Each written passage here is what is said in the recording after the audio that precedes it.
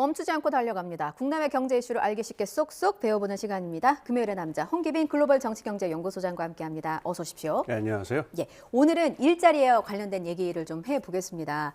지난해 채무 조정을 신청한 사람이 몇 명인가 봤더니 무려 18만 5천 명이라고 합니다.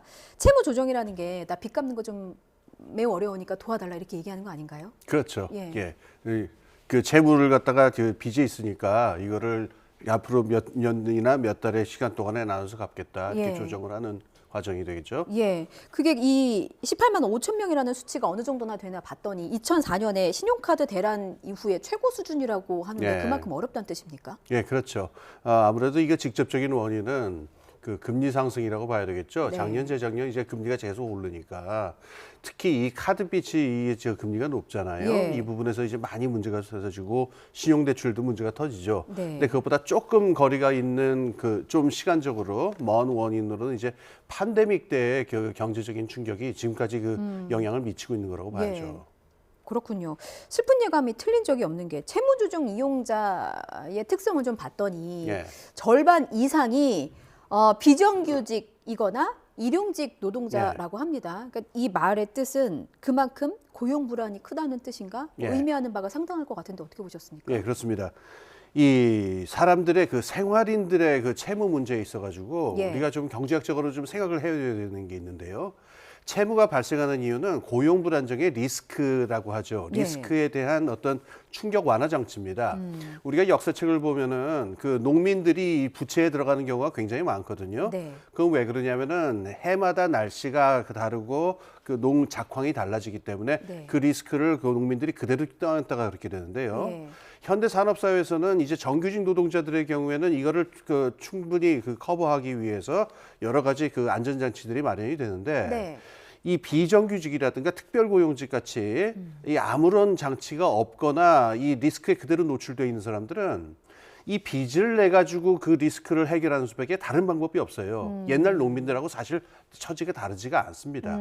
그러니까 고용 불안한 사람들이 이 채무에 있어 가지고 취약함으로 연결이 되는 거는 예. 그 너무나 자연스럽고 그 익숙한 경제학적인 논리입니다. 아, 그렇군요. 미래 뭐 기대 수익은커녕 지금 당장의 생계도 막막한 상황이기 때문에 그런 어려움을 짚어주셨고 그래서 정부가 대책을 내놓기는 했습니다. 금융 고용 복합 지원 방안을 발표했는데 이게 뭔가 봤더니 정책 서민 금융과 채무조정 이용자들에게 어떤 그 취업을 할 수 있도록 지원해주는 이런 제도를 좀 강화하겠다라는 예. 취지인 것 같아요. 예. 도움이 좀 될 거로 보세요.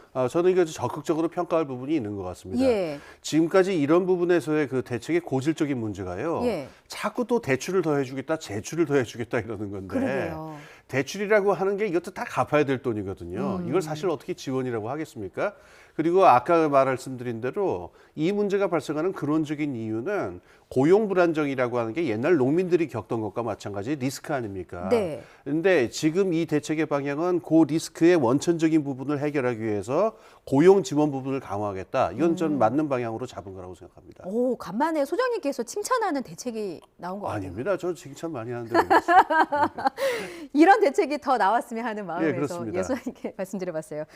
최근 시민단체인 직장갑질 119가 실시한 여론조사 결과 준비했는데요. 그래픽 보시겠습니다. 이 그래픽 보시면 비자발적 퇴사자 중에서 실업급여를 받는 비율을 보니까 정규직하고 비정규직하고 예. 차이가 너무 크더라고요. 그러니까 예. 이것만 딱 봐도 상대적으로 비정규직이 경제적으로 너무 어렵겠다 싶습니다. 예. 어떻게 보셨어요?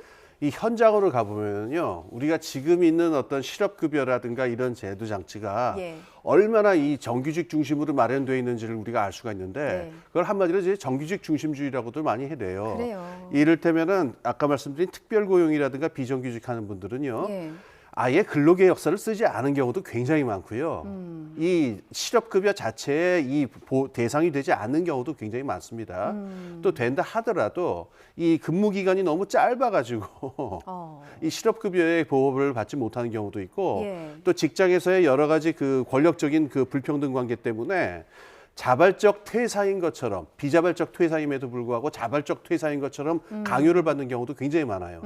그러니까는 똑같이 이 비자발적으로 퇴사를 한다 하더라도 예. 실업급여를 받을 수 있는 비율이 절반밖에 되지 않는다. 지금 조사에서 그렇게 나오고 있거든요. 아유, 참 저는 그거 딱 보고 바로 드는 생각이 이러니까 애를 어떻게 낳겠어? 그렇습니다. 라는 생각을 바로 하게 되더라고요. 왜냐하면 뭐 고용도 불안한데 비정규직은 뭐 출산 휴가니 육아휴직이니 이런 혜택을 사실 못 받게 되잖아요. 그렇습니다. 이게 우리 지금 우리나라 저출생 문제로 얼마나 지금 심각합니까? 예. 근데 이게 이런 그 현상이 저출산의 원인이다 이렇게 또 봐도 되는 건지 과한 해석인지 궁금하더라고요. 저는 당연히 그 관계가 있다고 생각합니다. 예. 지금의 이 출산 대책으로서 육아휴가라든가 출산휴가 같은 문제가 예. 이게 또 이 아까 말씀드린 정규직 중심주의라고 하는 게 크게 두드러지는 부분인데 예. 일단 자영업에 그 종사하는 여성분들은 아무런 관련이 없습니다. 예. 당연한 얘기죠. 그렇죠. 그다음에 비정규직이라든가 특별고용 같은 경우도 이제 마찬가지가 되는데 특히 비정규직 같은 경우를 볼 필요가 있어요.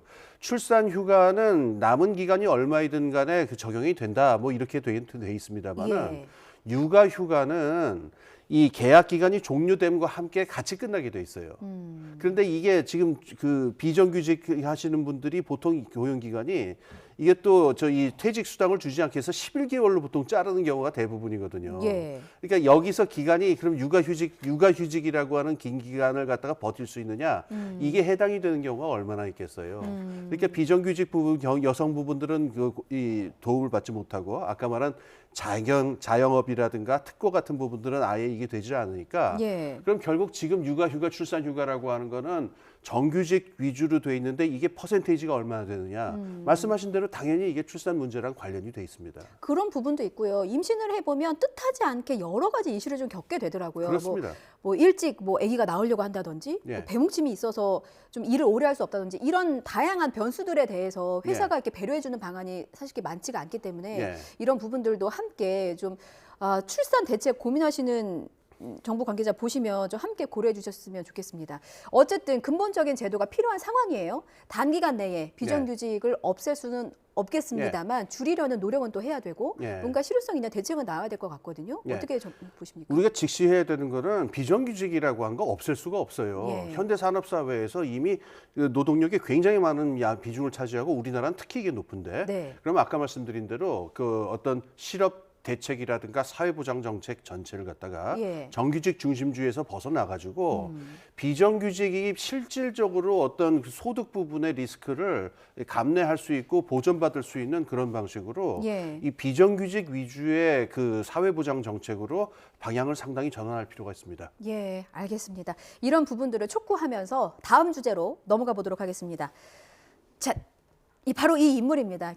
저희 뉴스라이더에서 이렇게 뭔가 그 인물을 크게 보여드린다는 건 네. 중요한 인물이라는 뜻이고 알아가시면 어디 가서 아는 척하실 수 있습니다. 잘 들어주세요. 샘 올트먼입니다. 챗 GPT의 아버지라고 불리는 네. 오픈 AI의 경영자이에요. 최고 경영자. 한국을 방문한다는 소식에 이제 업계가 떠들썩한데 어느 네. 정도로 좀 중요한 인물인지를 소개해 주셔야 될 것 같아요. 예, 이 문제적 인물이기도 하고 예. 지금 아주 중요한 인물이라고 하는 게 얼마 전에 확인이 됐어요. 예. 우선 그 전부터 중요한 인물이었는데 예. 이 오픈 AI라고 하는 곳이 범용 그 인공지능 그러니까 챗 GPT로 이제 본격화된 범용 AI의 이제 최초 개발처죠. 예. 근데 여기가 시작 때부터 여기를 쭉 이끌어왔던 인물인데 이 사람이 올해 얼마 전에 작년 말에 한번 이사회에서 해고를 당한 적이 있었습니다. 예. 이 그 자세한 내용은 알려지지 않았습니다만은 AI의 발전 방향을 놓고 아주 근본적이고 심각한 갈등이 있었다는 건데 예. 이 사람은 지분이 없어요. 오픈 AI 지분이 하나도 없기 때문에 이사회에서 나가라 그러면 나가는 수밖에 없는데 그때 이 오픈 AI의 직원 670명 중에 600명이 우리도 함께 나가겠다. 예. 절대적인 권위를 가진 지도자입니다. 근데 이 오픈 AI라고 하는 회사가 이 뛰어난 인력 600명이 나가버리면 이게 어떻게 굴러가겠어요? 그러니까요. 그러니까 울며 겨자 먹기로 결국 이사회가 패했습니다. 다시 자리에 돌아왔기 때문에 네. 지금 어떤 업계에서 산업에 있어서의 인공지능의 개발에 있어가지고는 뭐 절대적인 구루 같은 그런 위치를 가지고 있다 할 수 있죠. 그 정도로 중요한 인물이 한국을 찾습니다. 그런데 딱 19시간 네. 있어요. 이 19시간 부르려고 19를 숫자 바꾸면 90일에 거의 석 달 가까이를 네. 공을 엄청 들였다고 합니다. 그래서 네. 19시간 한국에 와서 뭐 하냐 봤더니 삼성전자, SK 하이닉스 이런 국내 그 반도체 기업들을 좀 방문한다고 합니다. 네. 어떤 걸 보겠다는 거예요? 말할 것도 없이 이제 반도체 메모리 이제 반도체 부분이 되는 거죠. 예. 샘 올트먼이 여러 번 그 얘기를 했었는데 지금 AI를 하고 특히 AGI 그러니까는 범용 AI로 넘어가는데 가장 걸림돌이 되는 거는 반도체 수급이다. 인프라가 부족하다. 예. 그래서 이 반도체 수급 문제를 반드시 풀어야 된다. 자꾸 고언하고 있었으니까 예. 이번에 이제 뭐 반도체 생산에 제일 중요한 나라니까 우리나라로 오는 건 뭐 자연스러운 일입니다. 반도체는 익숙한데 반도체 앞에 AI가 붙으니까 이건 또 뭐 새로운 건가 싶긴 합니다. AI 반도체라는 게 또 정확히 어떤 거죠? 예, 그러니까 AI에 특화되어 있는 반도체 부분을 말하는데요. 예. AI는 이제 그 학습을 많이 하지 않습니까? 그렇죠. 그러다 보니까는 이 반도체 부분에서 빠르게 연산해야 될 뿐만 아니라 전력 소모가 적어야 된다라고 하는 게 굉장히 중요한 문제입니다. 우리가 옛날에 챗GPT 처음 나왔을 적에 왜 장난같이 질문 쳐넣으신 분들 많죠? 그렇죠. 그분들 조금 반성하셔야 되는 게 예. 그 질문 하나 답하느라고 챗GPT가 돌 적에 전력이 워낙 많이 들기 때문에 탄소가 엄청나게 나왔습니다. 반성합니다. 예. 그렇기 때문에 예. 이 챗GPT라든가 오픈 AI가 그 범용화되기 위해서 전력이 낮은 특화된 어떤 그 반도체가 필요하다. 그 부분에서 지금 한국 쪽 업체랑 지금 접촉을 하고 있는 거죠. 만약에 그럼 성과가 나면 우리 반도체 산업에는 호재네요. 그렇습니다. 예. 예, 삼성 같은 경우에 지금 3나노미터 그 반도체를 제일 먼저 개발을 했는데도 예. 아직 그 TSMC 그 대만의 TSMC라고 하는 업체가 있죠. 예. 이쪽에 밀려가지고 지금 큰 어떤 업체, 어떤 그 수주 업체를 잡지 못한 상태예요.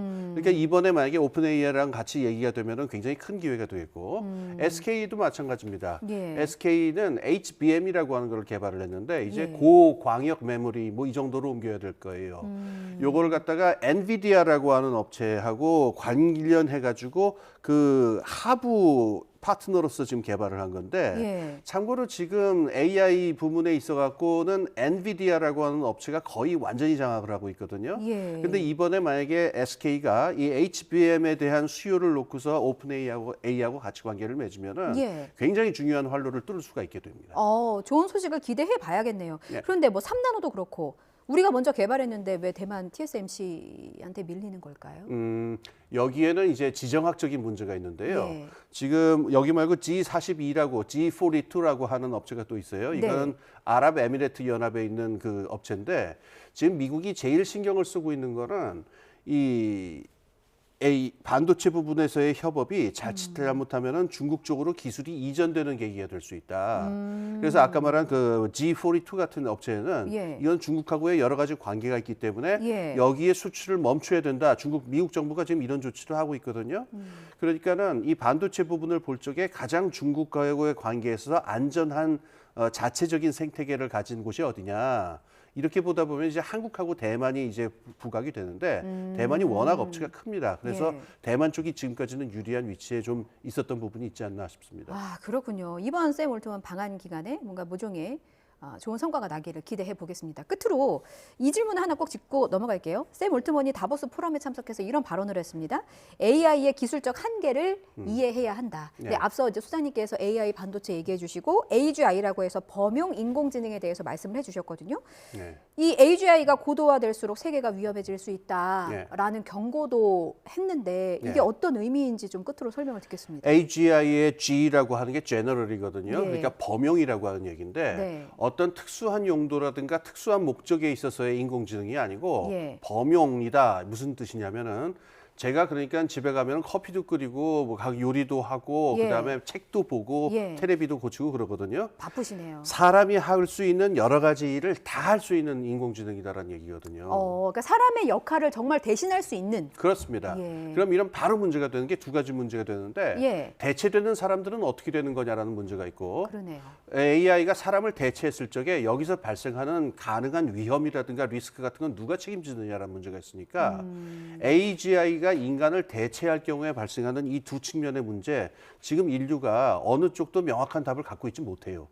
그래서 얼마 전에 크게 문제가 됐던 샘 올트먼이 나가고 말고 하는 문제도 AI가 지금 어느 방향으로 어떤 속도로 나가야 되느냐를 가지고 아주 큰 지금 논쟁이 붙고 있거든요. 예. 그래서 그 부분에서 AI와 AGI를 좀 분리해서 생각할 필요가 있지 않느냐. 아. 예, 이게 범용이 됐을 경우에 우리가 어떻게 책임질 것이냐. 요걸 생각할 필요가 있겠습니다. 공상 과학 영화가 공상이 아니라 현실이 될 수도 있다는 그런 경고를 해준 것으로 이해하겠습니다.